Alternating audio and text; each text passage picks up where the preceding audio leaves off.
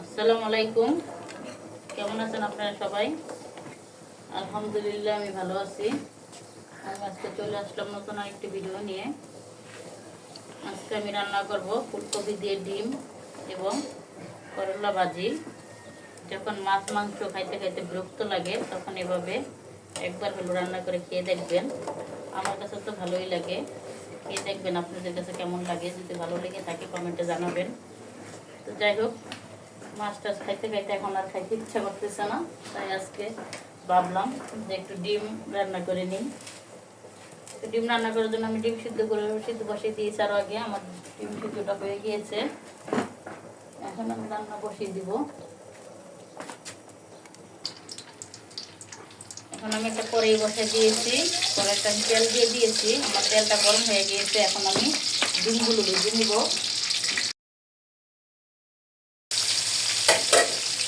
ডিমগুলো আমি ভেজে নিতেছি।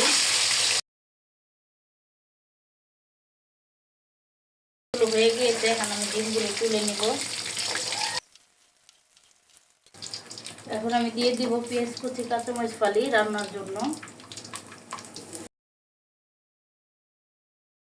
ভেজে নেব।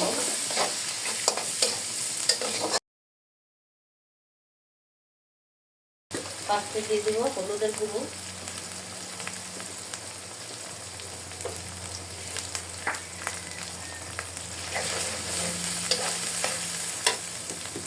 দিয়ে দিব লাল মরিচের গুঁড়ো,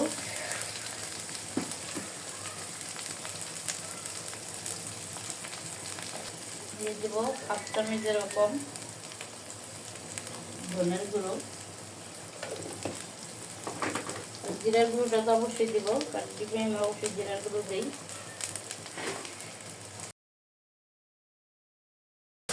মশলাটাকে কষানো হয়ে গিয়েছে, এখন আমি ফুলকপি দিয়ে দিব। এখন এদিকে দেখে দিব ঢাকনা দিয়ে।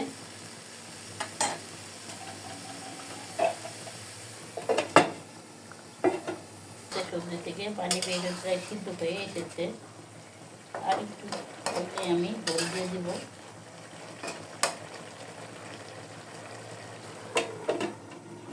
আমি এখন আলু লেড়ে দিব। এখন আমি জল দিয়ে দিব। আমার প্রায় সিদ্ধ হয়ে এসেছে।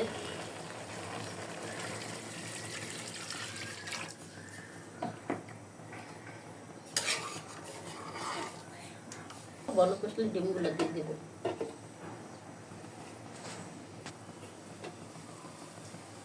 আমার জলটা ফুটে গিয়েছে, এখন আমি ডিমগুলো দিয়ে দিব। ডিমগুলো দেওয়ার আগে হালকা একটু জিরার গুঁড়ো দিয়ে নিব।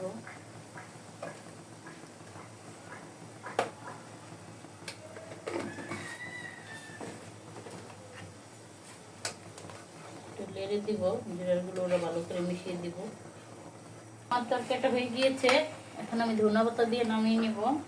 ধনিয়া পাতাগুলো দিয়ে দিতেছি।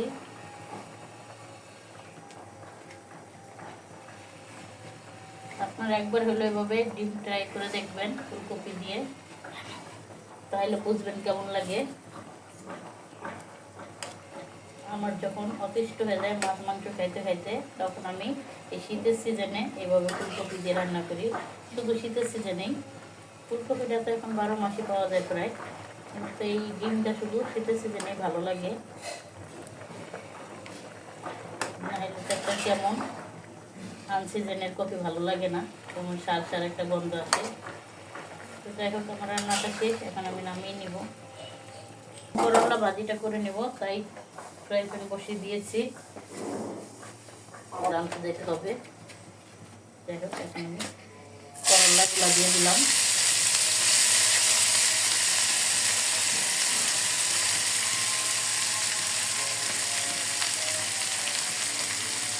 পেঁয়াজ কুচি আর কাঁচামরিচ ফালি,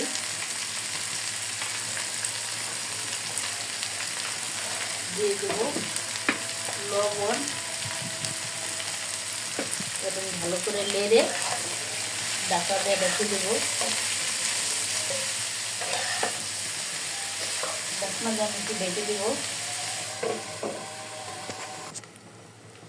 আমি ঢাকনাটা খুলে লেড়ে দিব, আর ঢাকনাটা ঢেকে দিব না। আমার ভাজিটা প্রায় হয়ে এসেছে। যাই হোক, এখন আমি এভাবে ভেজে নিব, আর ঢাকার প্রয়োজন হবো না।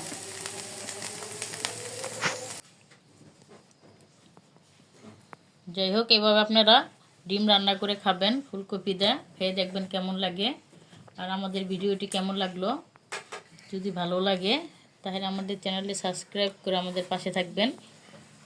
এখন আমরা খেতে দিয়ে দিব বাচ্চাদের। তো আল্লাহ হাফেজ।